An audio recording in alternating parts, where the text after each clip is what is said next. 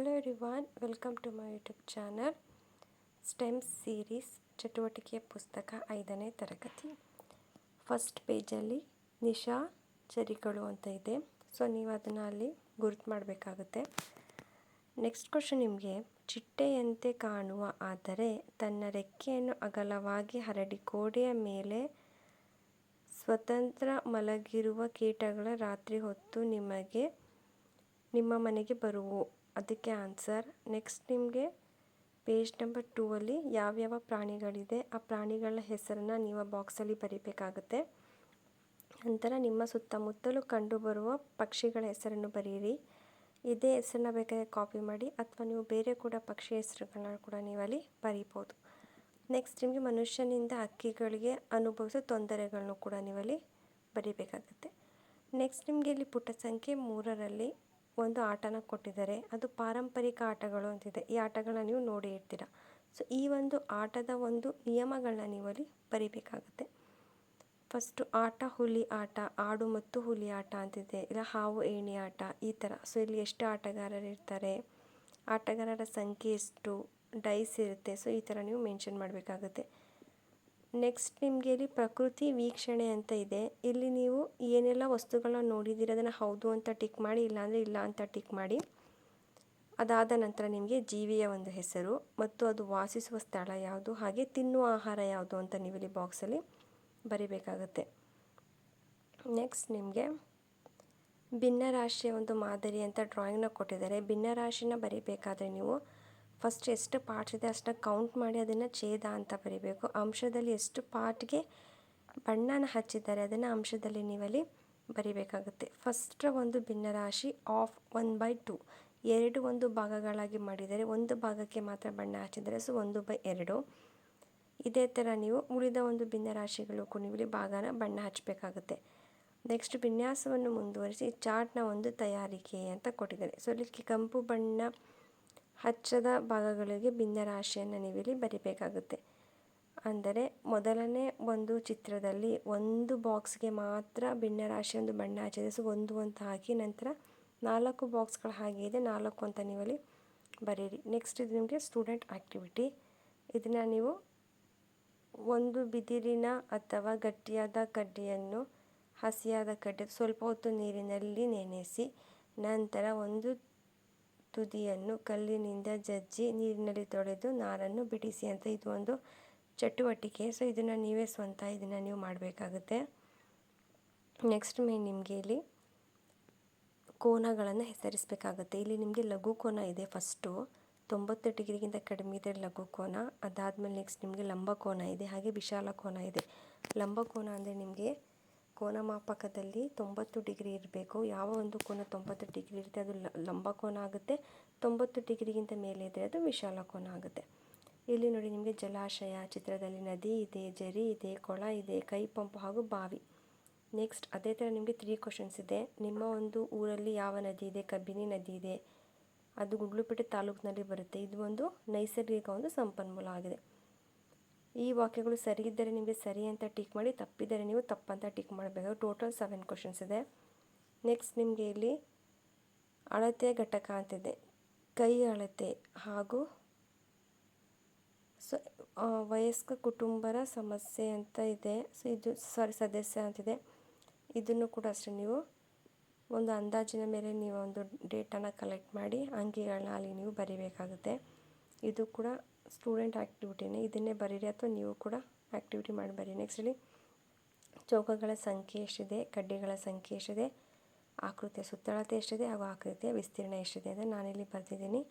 ಈ ಉತ್ತರ ಏನಾದರೂ ತಪ್ಪಿದೆ ನೀವು ಕಮೆಂಟ್ ಮಾಡಿ, ನೀವು ಕೂಡ ಇನ್ನೊಂದು ಸರಿ ಅದನ್ನು ಲೆಕ್ಕಾಚಾರ ಮಾಡಿ. ಇದನ್ನು ಮಾರುಗಳು ಅಂತ ಹೇಳ್ತಾರೆ. ಇದು ಕೂಡ ಈ ಒಂದು ಸ್ಟೆಮ್ ಆ್ಯಕ್ಟಿವಿಟಿ ಬುಕ್ಕಲ್ಲಿ ಇದು ನಿಮಗೆ ಒಂದು ಆ್ಯಕ್ಟಿವಿಟಿ ಆಗಿದೆ. ನೆಕ್ಸ್ಟ್ ನಮಗೆ ಇಲ್ಲಿ ಮಣ್ಣಿನ ಮಾದರಿ ಅಂತ ಇದೆ. ಮಣ್ಣಿನ ಒಂದು ಮಾದರಿನ ಸಂಗ್ರಹಿಸಿದ ಸ್ಥಳ. ನೀವು ಎಲ್ಲೆಲ್ಲಿ ಮಣ್ಣಿನ ಮಾದರಿನ ಸಂಗ್ರಹಿಸ್ತೀರಾ, ದೇವಾಲಯದಲ್ಲಿ, ಶಾಲಾ ಮೈದಾನದಲ್ಲಿ, ಗ್ರಾಮ ಸಮುದಾಯ ಭವನ, ಮನೆಯ ಆವರಣ, ಹತ್ತಿರದ ಉದ್ಯಾನವನ. ಅದೇ ಥರ ಮಣ್ಣಿನಲ್ಲಿ ಕಂಡುಬರುವ ಜೀವಿಗಳು ಏನೇನಿದೆ, ಚಿಟ್ಟೆಗಳಿದೆ, ಜೇನುಹುಳುಗಳಿದೆ, ಕಪ್ಪೆಗಳಿದೆ, ಕಾಗೆಗಳಿದೆ, ಕೊಕ್ಕರೆ ಇದೆ, ಹುಳಗಳು. ಸೊ ಈ ಥರ ನೀವಿಲ್ಲಿ ಮೆನ್ಷನ್ನ ಮಾಡಬೇಕಾಗುತ್ತೆ. ನೆಕ್ಸ್ಟ್ ನಿಮಗೆ ಪಕ್ಷಿಗಳ ಹೆಸರು ಮತ್ತು ವಿವರ ಅಂತಿದೆ. ಸೊ ನೀವು ಪಕ್ಷಿಗಳ ಹೆಸರುಗಳನ್ನೆಲ್ಲ ಬರೀರಿ, ಅದೆಷ್ಟು ಸಂಖ್ಯೆಯಲ್ಲಿ ಅಂತ ಬರೀರಿ. ಸೊ ಅದಕ್ಕೆ ನೀವಿಲ್ಲಿ ಗುರುತನ್ನು ನೀವು ಮಾಡಬೇಕಾಗುತ್ತೆ. 5ಕ್ಕಿಂತ ಜಾಸ್ತಿ ಪಕ್ಷಿಯ ಒಂದು ಸಂಖ್ಯೆ ಇದೆ, ನೀವು 4 ಗೆರೆಗಳನ್ನ ಎಳೆದು ನಂತರ 5ಕ್ಕೆ ಒಂದು ಗೆರೆನ ಎಳಿಬೇಕಾಗುತ್ತೆ. ಈ ಥರ ಎಷ್ಟು ರೀತಿಯ ಪಕ್ಷಿಗಳನ್ನು ನೋಡಿದಿರಿ ಅಂತ ನೀವಿಲ್ಲಿ ಟಿಕ್ ಮಾಡಬೇಕಾಗುತ್ತೆ. ನೆಕ್ಸ್ಟ್, ಆಹಾರ ಹಾಳಾಗುವುದು ತಡೆಯುವುದು ಹೇಗೆ ಅಂತ ಕೊಟ್ಟಿದ್ದಾರೆ. ನೀರು ಪ್ಲಸ್ ಕತ್ತರಿಸಿದ ಸೇಬು ಸ್ವಲ್ಪ ಕಂದು ಬಣ್ಣಕ್ಕೆ ತಿರುಗಿದೆ. ಅದೇ ಥರ ನಿಂಬೆ ರಸ ಮತ್ತು ಕತ್ತರಿಸಿದ ಸೇಬು ಬಣ್ಣ ಬದಲಾಗಿಲ್ಲ, ಕತ್ತರಿಸಿದ ಸೇಬು ಕಂದು ಬಣ್ಣಕ್ಕೆ ತಿರುಗಿದೆ. ಅಂದರೆ ನೀವು ಯಾವುದಾದ್ರು ಒಂದು ಫ್ರೂಟ್ಸನ್ನು ನೀವು ಕಟ್ ಮಾಡಿದಾಗ ಅದು ಯಾವ ಕಲರ್ಗೆ ಟರ್ನ್ ಆಗುತ್ತೆ ಅಂತ ನೀವಲ್ಲಿ ಬಾಕ್ಸಲ್ಲಿ ಕಂಪ್ಲೀಟಾಗಿ ಬರೀಬೇಕು. ಮತ್ತು ಇಲ್ಲಿ ಈ ಒಂದು ಕೀಟಗಳ ಬಗ್ಗೆ ಕೊಟ್ಟಿದ್ದಾರೆ. ಈ ಕೀಟಗಳು ಎಲ್ಲೆಲ್ಲಿ ವಾಸಿಸುತ್ತವೆ ಅದನ್ನು ನೀವು ಅಲ್ಲಿ ಬರಿಬೇಕಾಗುತ್ತೆ. ಫಸ್ಟ್ ಡಯಾಗ್ರಾಮ್ ಜೇಡ ಇದೆ, ಅದು ಜೇಡರ ಬಲೆ ಆಗುತ್ತೆ. ನೆಕ್ಸ್ಟ್ ನಿಮಗೆ ಜೇನು ಗೂಡು ಇದೆ, ಅದಾದಮೇಲೆ ಒಂದು ಇರುವೆ ಇದೆ, ಅದು ಇರುವೆ ಗೂಡಾಗುತ್ತೆ. ನೆಕ್ಸ್ಟು ನೆಲದ ಬಿಲ ಅಂತ ಕೊಟ್ಟಿದ್ದಾರೆ. ಇದು ಒಂದು ಥರ ಕೀಟ, ಇದು ನೆಲದ ಬಿಲದಲ್ಲೇ ವಾಸಿಸಾಗುತ್ತೆ.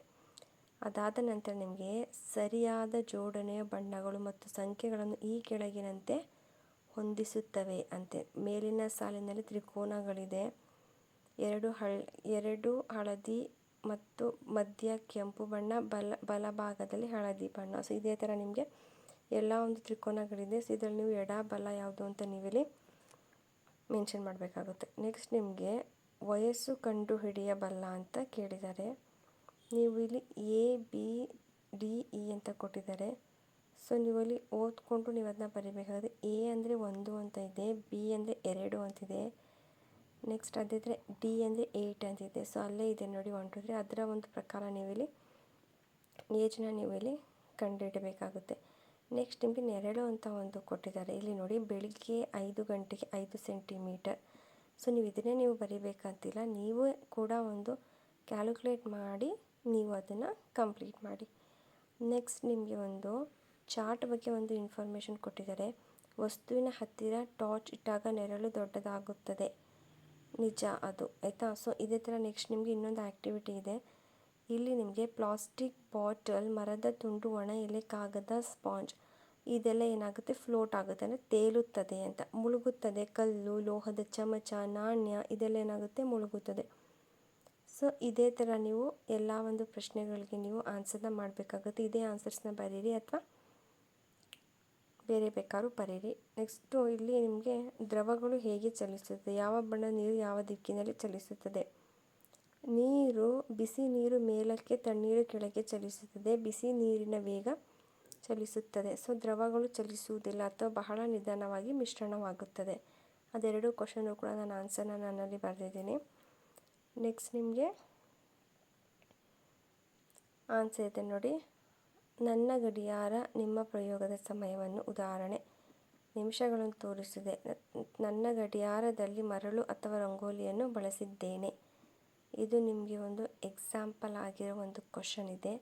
ಅಂದರೆ ಈ ಗಡಿಯಾರ ಯಾವ ಥರ ಅಂತಂದರೆ ನಾವು ಎರಡು ಕಡೆನೂ ಮರಳು ಹಾಕಬೇಕು. ಸೊ ಅದನ್ನು ನಾವು ಈ ಕಡೆ ಟರ್ನ್ ಈ ಥರ ಮಾಡಬೇಕಾದ್ರೆ ಅದು ಉಲ್ಟಂ ಪಲ್ಟ ಆಗುತ್ತೆ. ನೆಕ್ಸ್ಟ್ ನಿಮಗೆ ಇಲ್ಲಿ ಆಕೃತಿಗಳು ಅಂತಿದೆ, ಆಟಿಕೆಗಳು, ಪ್ಲಸ್ ಚಿಹ್ನೆಯನ್ನು ರಚಿಸುವುದು, ಹಾಗೆ ಸ್ವಸ್ತಿಕ ಚೌಕವನ್ನು ರಚಿಸುವುದು, 4 ತುಂಡುಗಳಿಂದ ಚೌಕವನ್ನು ರಚಿಸುವುದು, ಹಾಗೆ 4 ತುಂಡುಗಳಿಂದ ಪ್ಲಸ್ ಚಿಹ್ನೆಯನ್ನು ರಚಿಸುವುದು. ಸೊ ಈ ಥರ ನಿಮಗೆ ಟೋಟಲ್ 4 ಕ್ವಶನ್ ಇದೆ. 4 ಕ್ವಶನ್ನು ಕೂಡ ಉತ್ತರ ಕೂಡ ನಿಮಗೆ ಇಲ್ಲಿ ಸಿಗುತ್ತದೆ.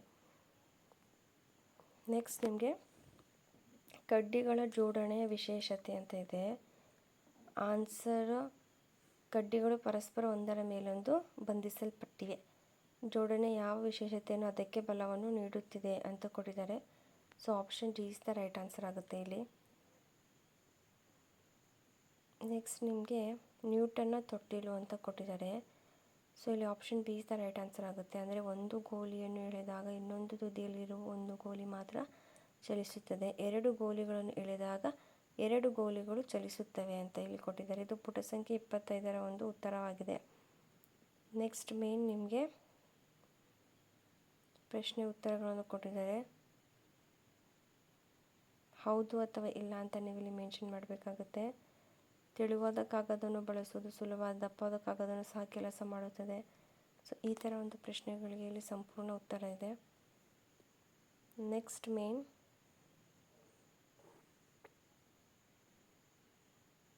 ಚಂದ್ರನ ಬಗ್ಗೆ ಕೊಟ್ಟಿದ್ದಾರೆ. ಸೊ ನೀವಲ್ಲಿ ಚಿತ್ರನ ಬಿಡಿಸಬೇಕಾಗುತ್ತೆ. ನಾನಲ್ಲಿ ಯಾವುದಕ್ಕೂ ಚಿತ್ರನ ಬಿಡಿಸಿಲ್ಲ. ಅಂದರೆ ಚಂದ್ರ ಅಮಾವಾಸ್ಯೆಯಿಂದ ಹುಣ್ಣಿಮೆ ತನಕ ಯಾವ ಒಂದು ಹಂತ ಅಂದರೆ ಸ್ಟೇಜಸ್ ಅಂತ ಹೇಳ್ತಾರೆ ಇಂಗ್ಲೀಷಲ್ಲಿ. ಸೊ ಆ ಥರ ನೀವು ಚಂದ್ರನ ನೀವಲ್ಲಿ ಡ್ರಾ ಮಾಡಬೇಕಾಗುತ್ತೆ. ಅದು ನೀವು ನೆಟ್ಟಲ್ಲಿ ಸರ್ಚ್ ಮಾಡಿ ನೀವು ಡ್ರಾಯಿಂಗ್ ಮಾಡಿ. ಇಲ್ಲಿ ನಿಮಗೆ ಬೆಳಿಗ್ಗೆ, ನೆಕ್ಸ್ಟ್ ಮಧ್ಯಾಹ್ನ, ನೆಕ್ಸ್ಟ್ ಸಂಜೆ. ಸೊ ನೀವು ಪ್ಲೇಸಸ್ನ ನೀವು ಯಾವುದಾದ್ರು ಪ್ಲೇಸ್, ನಿಮ್ಗೆ ಯಾವ ಪ್ಲೇಸ್ ಇಷ್ಟ ಆಗುತ್ತೆ, ನೀವು ಯಾವ ಪ್ಲೇಸ್ನ ವಿಸಿಟ್ ಮಾಡಿದ್ದೀರಾ, ಸೊ ಆ ಒಂದು ಪ್ಲೇಸಲ್ಲಿ ಟೈಮಿಂಗ್ಸ್ ಹಾಗೆ ಡೇಟ್, ಆ ಪ್ಲೇಸ್ನ ನೀವಲ್ಲಿ ಬರೀಬೇಕಾಗುತ್ತೆ. ನಾನು ಒಂದು ಎಕ್ಸಾಂಪಲ್ ಪ್ಲೇಸಸ್ನ ಬರೆದಿದ್ದೀನಿ, ನೀವು ಕೂಡ ಎಕ್ಸಾಂಪಲ್ ಪ್ಲೇಸಸ್ನ ಬರೀರಿ. ನೆಕ್ಸ್ಟ್ ನಿಮಗೆ ಇಲ್ಲಿ ಲೀಟರ್ ಬಗ್ಗೆ ಒಂದು ಪ್ರಶ್ನೆನ ಕೊಟ್ಟಿದ್ದಾರೆ. 5 ಲೀಟರ್ ಕ್ಯಾನ್ನಲ್ಲಿ 4 ಲೀಟರ್ ಹಾಲು ಅಳೆಯಬಹುದು ಅಲ್ವಾ. ಸೊ ಅದೇ ಥರ ಮೊದಲ ಗ್ರಾಹಕನಿಗೆ ನೀಡಬಹುದು. ನಂತರ ಉಳಿದ ಹಾಲನ್ನು ಬಳಸಿ ಎರಡನೇ ಗ್ರಾಹಕನಿಗೆ 4 ಲೀಟರ್ ಹಾಲನ್ನು ಅಳೆಯಲು ಇದೇ ತಂತ್ರಗಳನ್ನು ಬಳಸಬಹುದು ಅಂತಲೂ ಕೂಡ ಇದೆ. ನೆಕ್ಸ್ಟ್ ಇಲ್ಲಿ ನಿಮಗೆ ಟ್ಯಾನ್ ಗ್ರಾಮ್ ಅಂತಿದೆ. ಸೊ ಇಲ್ಲಿ 7 ಮತ್ತು 5 ಇಲ್ಲಿ ಉತ್ತರ ಆಗುತ್ತೆ. ಎಷ್ಟು ತುಣುಕುಗಳಿವೆ ಹಾಗೆಯೇ ಎಷ್ಟು ತ್ರಿಕೋನಗಳಿವೆ ಅಂತಲೂ ಕೂಡ ನಿಮಗೆ 2 ಪ್ರಶ್ನೆ ಇದೆ. 2 ಪ್ರಶ್ನೆಗೂ ಕೂಡ ಉತ್ತರ ಇದೆ 7 ಮತ್ತು 5. ಸೊ ವಿಡಿಯೋನ ಎಲ್ಲೂ ಕೂಡ ಸ್ಕಿಪ್ ಮಾಡಿದೆ, ಲಾಸ್ಟ್ವರೆಗೂ ನೋಡಿ. ಸೊ ಇದೇ ಥರ ನಿಮಗೆ ನೆಕ್ಸ್ಟ್ ವೀಡಿಯೋಸ್ನ ನಾನು ನಿಮಗೆ ಅಪ್ಲೋಡ್ ಮಾಡ್ತಾ ಇರ್ತೀನಿ. Thank you.